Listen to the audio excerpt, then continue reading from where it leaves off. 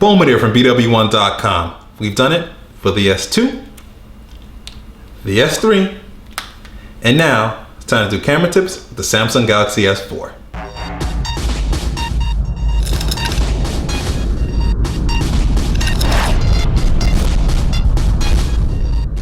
So the Galaxy S4 comes with a very awesome 13 megapixel camera capable of 1080p video recording and an LED flash. It's a really nice camera and it comes with a boatload of new features and a boatload of cool things with it. One of the unique things I want to talk about here is sort of the layout. So the layout itself is much more similar to the Galaxy camera, the standalone Galaxy camera, in terms of how they have the button layout here. They've simplified it out to pretty much just having a dedicated button for recording, pictures, and the different modes you can go through. You can just tap on the screen to zoom in, and that's probably a good thing to do. When it's green, it lets you know that it's focused on, and you can get a nice focus there with it. You can pinch the zoom like that. That's the zoom feature there. Tapping on it actually allows it to focus to get the shot. Now, just to take a picture, you can either hold the tap the button here, camera button, or you can hold it down, focus it for you. Boom, and it does it that way. You can also use voice commands as well too if you have it turned on, just by going capture. Takes a picture there for you. Or you can say shoot. Or you can say smile. Smile. Takes a picture as well. So that's pretty cool. So you can hold the camera steady, just voice command it, and boom, your picture's taken just like that. So that's nice. Also, let's go into some of the deeper settings up within here. One of the cool unique settings, you do have, besides your voice command, you have automatic night mode that you can check out. You have a flash available to turn on or off. You have the sharing options, which you can choose between. You also hit the settings icon again. It lets you get a little more granular to some of the deeper settings. From photo size, you can change it to from 13 to 9.6 to 8 to 6 to 2.4. Some are in 4:3 and some are in 16:9 aspect ratio.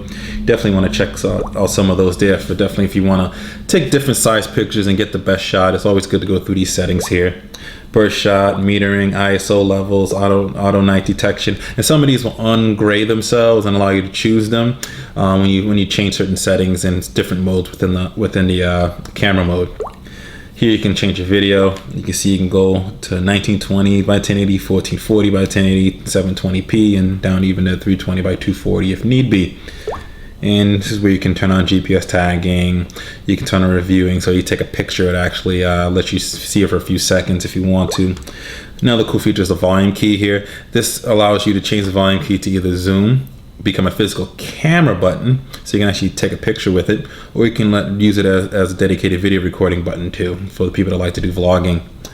And yeah, exposures, guidelines, flash, voice control, shutter sounds. I know that's not always an option every single version of the Galaxy S4 in terms of software between the different carriers, but you can turn off the shutter sound if you want to, if you don't want to hear it. So it's nice to have that. Alright, so that's pretty much some of the base settings there. We'll go up here just a little bit more a little bit later, but I want to come back down here. Another thing you can take a look at, hit the little arrow, and you have different visual effects and different filters that you can use and sort of get your Instagram on, as I would say. Instagram's kind of made sort of this filtering thing popular. It's been on phones for a while, but it's kind of become the thing to do. But you can do that yourself within the camera and get a nice high quality shot with it. And you can see a little bit of a preview, and you can see the camera and the preview kind of moves around as I move around, which is pretty nice that it does that. It kind of shows the power of the phone, especially with the quad-core processor inside of it. And you can change and get an instant preview of what the picture is going to look like. Yeah, rugged, turquoise, vintage, sepia. Go back to no effect and hit down there, and it closes that out. Now, another option that you have available is when you want to go hit this mode button. Now, this is where all the settings are located, so you definitely want to climb into this to really see some of the things that are within here.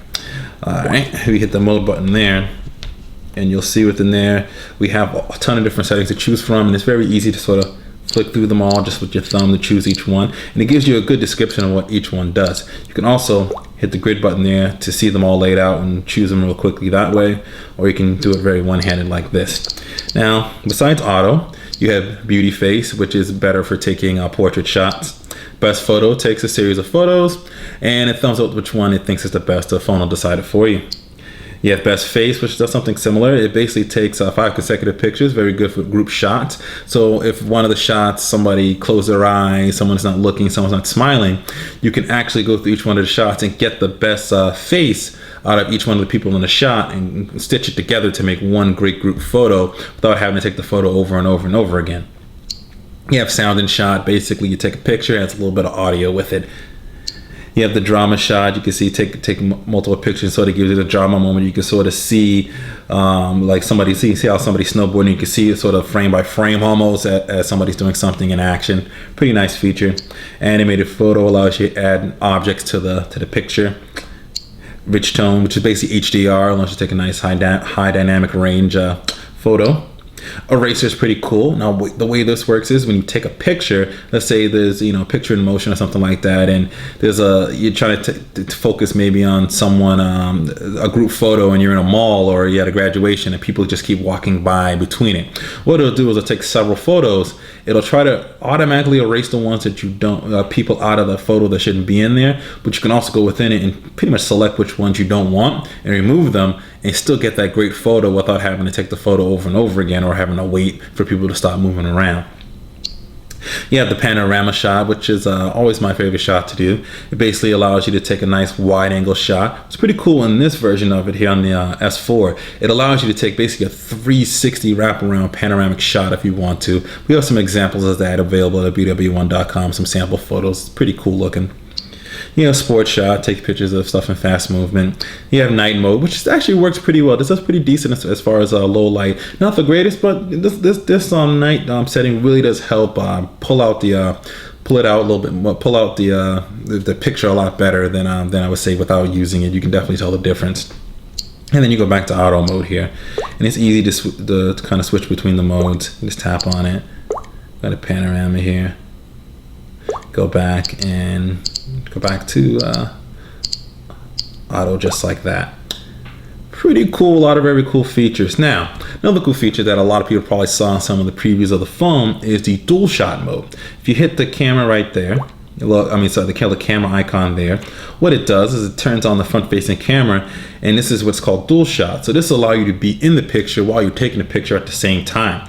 Now, as you saw there, I can move this little icon anywhere I want to on the screen. I can even enlarge it too, and I can actually change the filters on it. So I can make an oval blur if I want to, just a plain window. If I want to do that, I can split it if I want to. We'll actually go with the cool plain window there, and we'll put it right here. And all you have to do is pretty much take a picture. Take a picture next to the Kingston guy or something. Let me get myself out of the way. We'll take a picture like that. Capture. Captures the picture, and we're going to the gallery here. You actually see sort of how the photo looks there. Pretty cool. You can see that I'm captured right there. Now, not only can you do that with pictures, but using the command record video, you can also record in dual shot mode as well too. So now it's recording on the front facing camera and the rear facing camera at the same time. Now you can't snap photos in this mode at the same time, so just be aware of that. And this is all happening while I'm recording too. I can move this around as I want to, resize it as I want to. Another thing you can do is you can switch the cameras around. So now the front facing camera is in the main window while the small window here has the rear facing camera, and I can expand that around and move it, and that's all happening in real time. And so I can actually pause the video, and let's say I want to switch it back to the other camera there. Let's actually go back in the dual mode, switch it out, and then hit record. Starts recording again. You can also remove the dual mode like that, and you can basically record normally as such, and then you hit stop. Stops the recording just like that. So let's actually come out of that mode there. Let's actually preview that video just a little bit. Take a look at it. We'll scrub through the video here. Go ahead and play. You can also record in dual shot. You can see it recording at the same time. And we'll fast forward here. You can see it was moving around as I was moving it around.